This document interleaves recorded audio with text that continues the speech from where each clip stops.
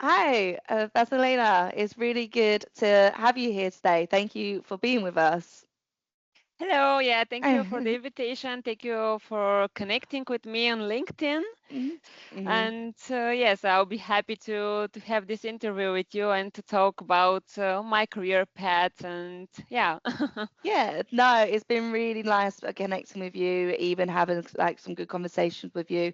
Found your story very inspirational, so I'm really looking forward to just telling other people in our community and our network about you and your inspirations and your backstory. So it'll be really good to get a first understanding of your position at the moment at Accso, where you've obviously come from in your actual time, and yeah, and just tell me a little bit about you.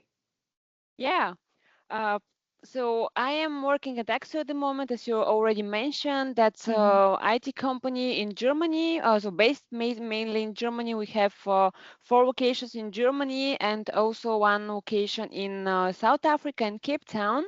Good. And yeah, so officially my position is senior software engineer, and Mhm. I have different roles in the project. So currently I'm working as a project manager in the product I have until the end of this year.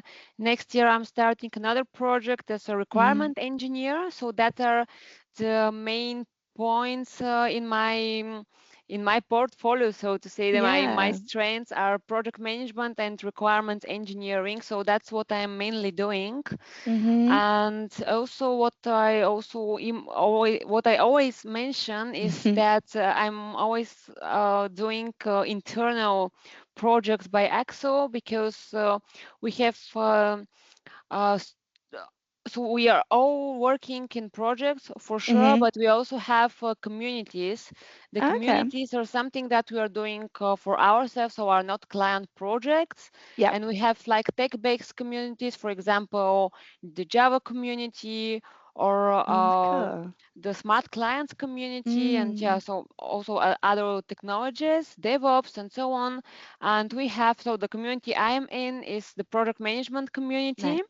Yep. And yeah, community is something that each of us can choose, because with the project is of course we're asked if that is Mhm. okay, if that suits us, but you have like limited choice. And in the communities you can just enter a community if you want. It's also not a must, but you That's can good. enter a Yeah. community.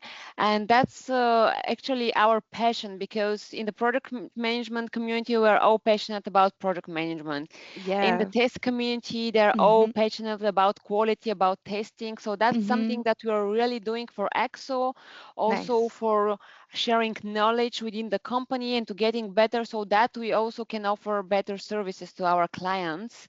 So Mm. yeah, uh, Big I'm on not community. yeah. Yeah. No, So that's I'm really good. also active in this community, and I'm always mentioning it because for me both of the things are important. My Mhm. role as a project manager slash requirements engineering in the Mhm. client project, but also my role as a member of the project management community. Yeah, and I think that's one of the reasons as well you wanted to be a part of Women Rock, to be a part of another community. So it all links Yeah. up. But I think that's really good that you kind of had them different communities and divisions within the team, so you've got that support. But you've not only been in the tech world, but you did start actually focusing in software engineering and then went into project management, didn't you? So what was the story there? What was the transformation there? Yeah, thank you for this question, because it's also interesting to look at the past, not only at the moment. So Yeah, of what course. led me to this position?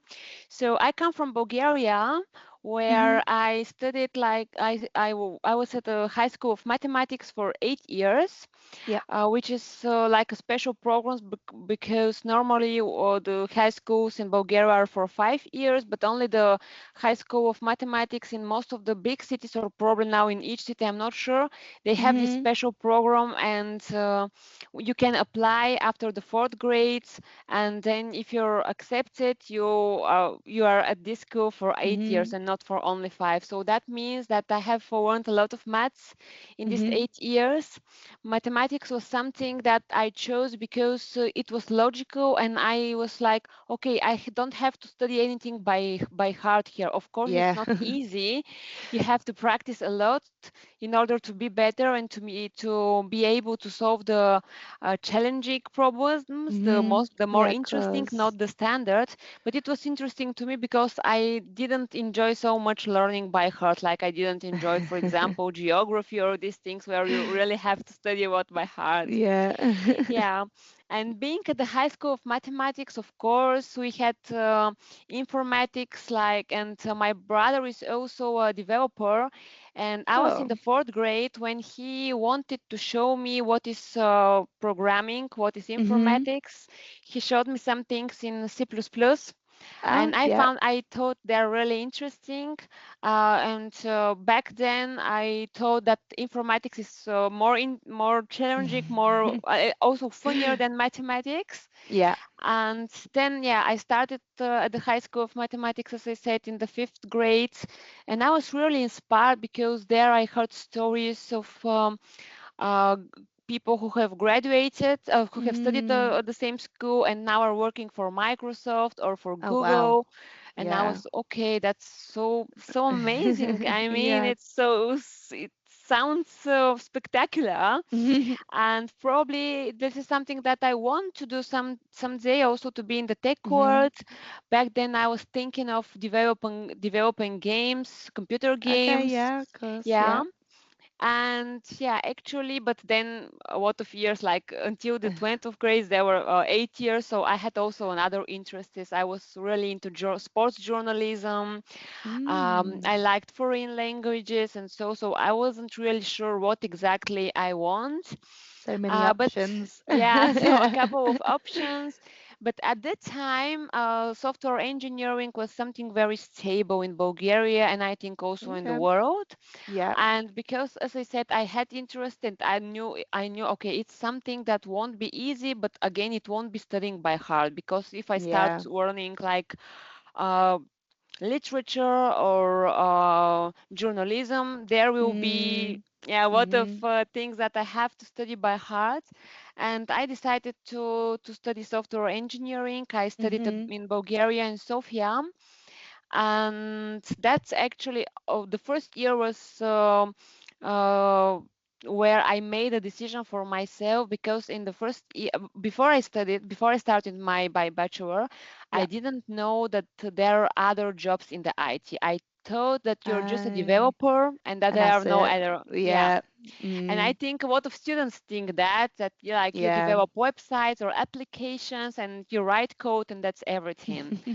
But I had the luck that in our bachelor we had also subjects like tests, quality assurance, I mean Okay, project yeah. management, requirement engineering, so courses in these directions.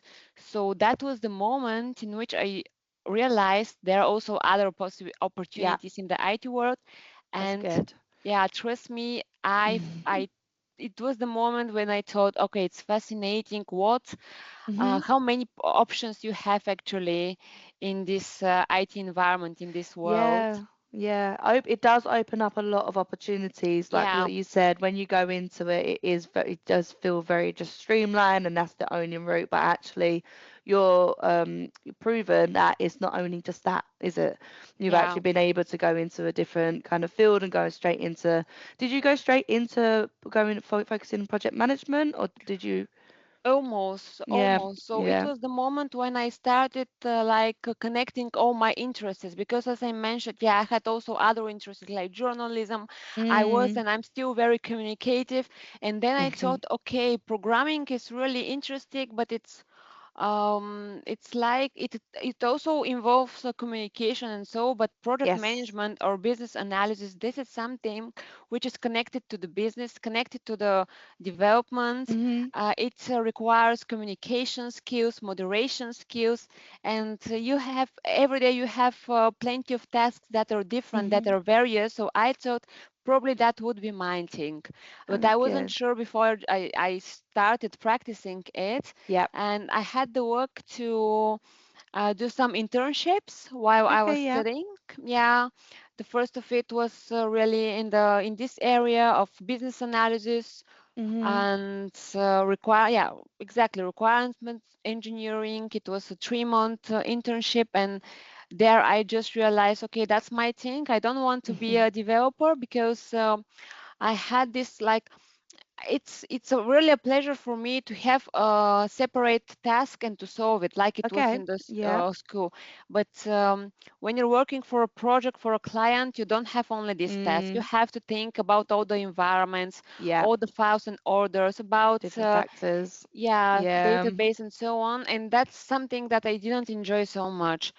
So I realized for me, okay, the perfect position wouldn't be much technical position. It would be something that also requires communication, Mhm. organizational skills, and that's when I started with these internships that I mentioned. I saw it, I really enjoy it, and decided to develop myself Mhm. in this direction. And yeah, my first full time was when I was in the last year in the university as a project manager here in Bulgaria. Yeah. And yeah, actually, also here now starts the story why I moved and how I moved. Germany was always the country that I wanted to try to live in, to Mhm. see how it is.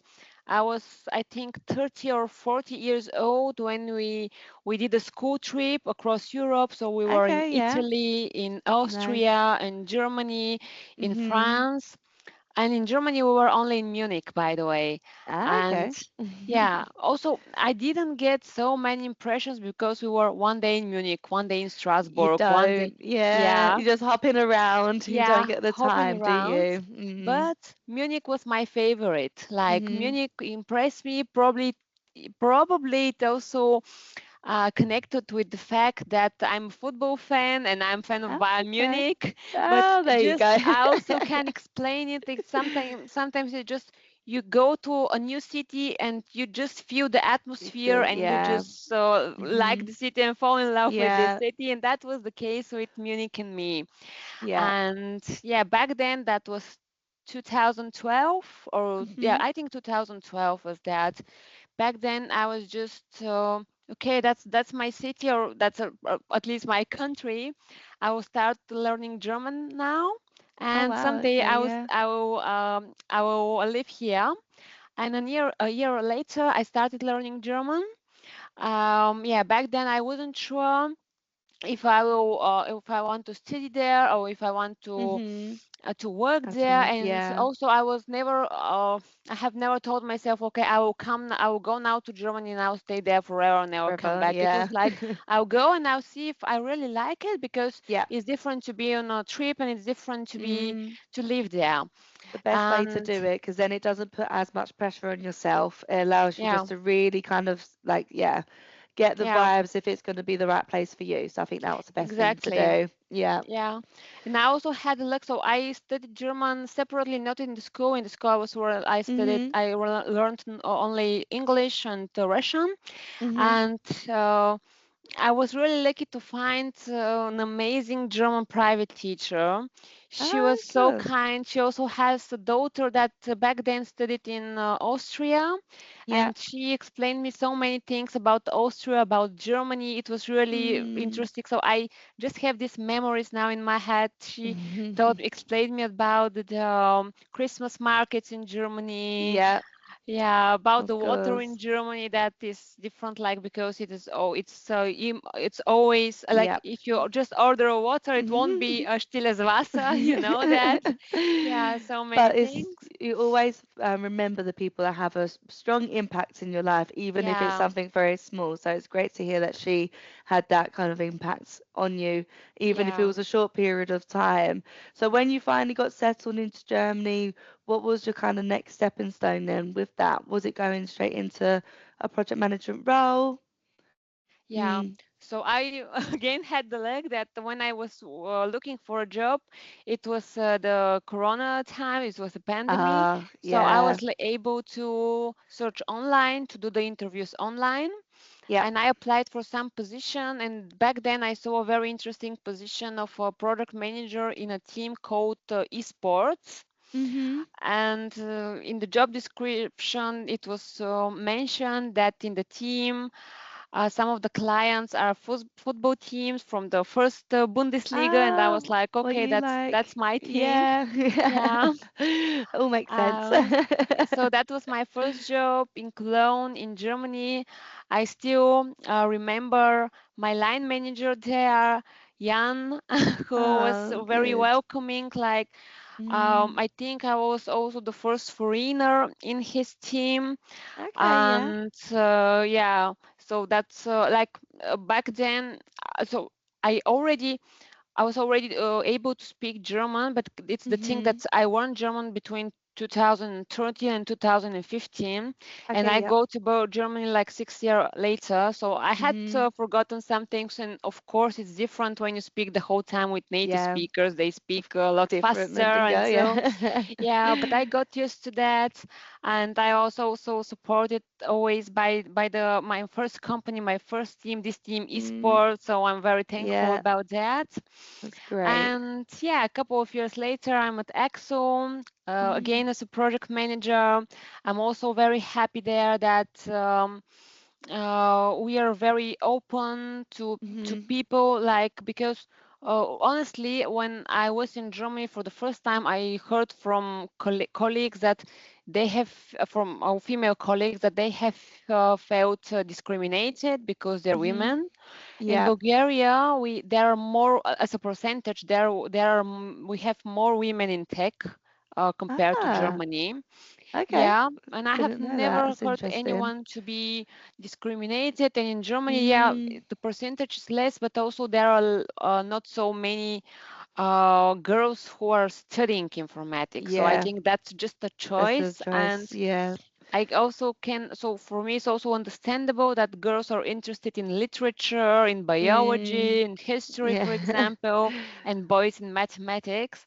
But for But sure, I wanted yeah. to say with that, because as I said, I have heard it from a couple of colleagues that Mhm. I have never felt discriminated as a woman in the IT, and I have That's never good. felt discriminated as a foreigner in Germany. Yeah, and I think that's really important that this is why it's good to share your background, especially coming from a mathematics background, going into software engineering to get you where you are today, because then that can inspire other younger people that actually there is a different route if it's not just actual development that you want to go into and you're still interested in a tech world that you're able to do that. And even just hearing from like what you said, the fact that you've never felt discriminated and feel like you've definitely been, sounds like the companies you've been working in have been extremely supportive. I think it's just really, really good to just hear it from actually someone who's working within the tech field.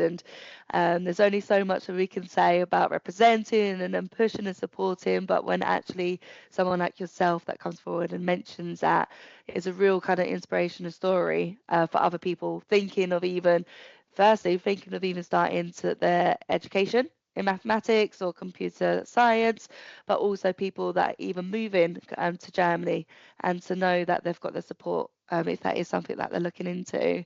But it's just really, really interesting to hear your story. What was it that you feel, was there anything in particular or anyone that inspired you to actually get into the tech world? Or do you feel like with your mathematics mindset, that's how you fell into it? I think it's a combination of the mathematics mindset. I also Mm, had the example of my brother who has mentioned is a yes. developer, and also of other people a bit older, like 5 to 10 years older than me, who Mm, were alumni from the High School of Mathematics in Varna and were successful in the IT mm-hmm. world. So I think it's a combination of that. Oh, And good.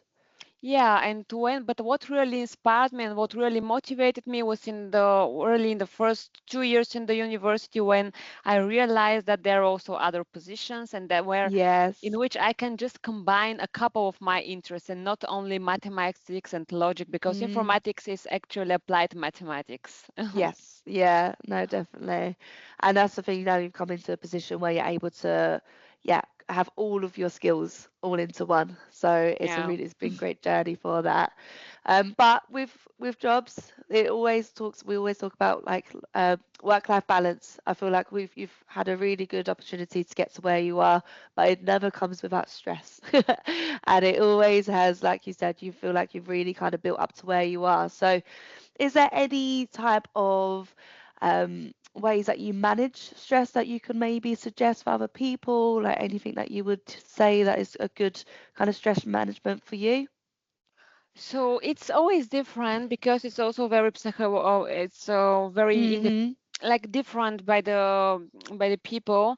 I can Yes, say yeah. for myself that I also have this advantage that when I was at the high school of mathematics, it was sometimes a bit stressful Yeah, I can because I imagine, was yeah. also in the first year I was also a part of the we had a mathematics team, so we were Mm. competing on the national competitions in Mm-hmm. Bulgaria.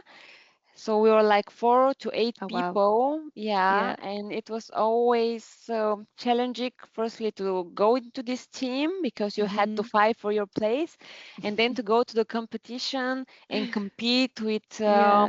the best in this area.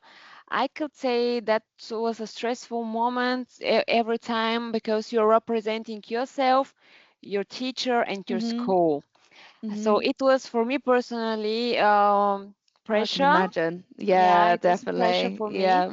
But there is where I want, okay, you have to prepare yourself good. Yep. You have to to be relaxed on this day, like to not to be tired, and so Mm-hmm. that your brain functions as good as possible. Mm-hmm. But then that's everything that you can do. There are some things that are not like you can't influence the preparations Mm. of the others. Probably they Yeah. will be better, or probably there will be some tasks where you have to explain your Mm-hmm. solution, and it won't be so objective the way it is being estimated, and Yes. so not everything depends on you. And Yep. if you're stressing yourself, that wouldn't help you. And it's the same in No. IT projects. It is a bit easier said than done, but Yeah. it's really like that. Definitely. And in situations like that, I'm always trying to think about the worst case scenario and Mm. is it really so bad? So what would happen if we really fail this task, this Mm-hmm. project? To prepare, like to have a plan B. That's a good um idea. yeah, Yeah. and also with me I mean, I'm not developing Yeah, of anything, course. so if Yeah. there is a problem, at the end of the day the ones who you have to solve it are the developers. Yep. Of course, I will have to support them and to explain to the clients what's the Mm-hmm. reason or how much time we have. But Yeah. the good thing is that I won't be under pressure to think about a technical solution because I think that True. could be very stressful. Yeah, For everything definitely. else, I think you just have to try to to stay as calm as possible, Mm-hmm. to try to find any compromise because sometimes it Yep. can be that you can't find the perfect solution in that time, but you can find Yeah. another solution. Mm-hmm. And yeah, also with the years, when you have more experience, uh, you have probably faced similar situation in the past, and that helps.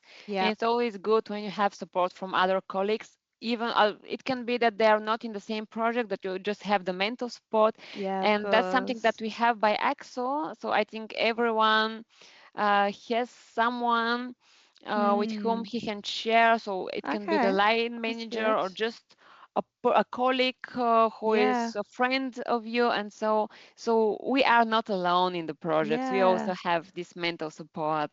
And that also comes with the communities as well, I Yeah, assume. So with them yeah, communities, you've got them little pods and you've got the people to rely on. And I yeah, think that is definitely something that um, definitely that we do here as well, that you've got your teammates to really rely on them to help you actually manage the stress that you've got. Because it's always good to just talk about it, because then it actually, when you talk about it, exactly what you said, what's the worst thing that can happen? Okay, and then how do we get back from that to control the controllables, and then you could just de-stress to, yeah, show up the next day the best version of yourself to tackle what it comes with. But it does sound like you've got a very supportive group. And it is really nice to hear about the communities inside and the fact that they're able to help you with that for sure.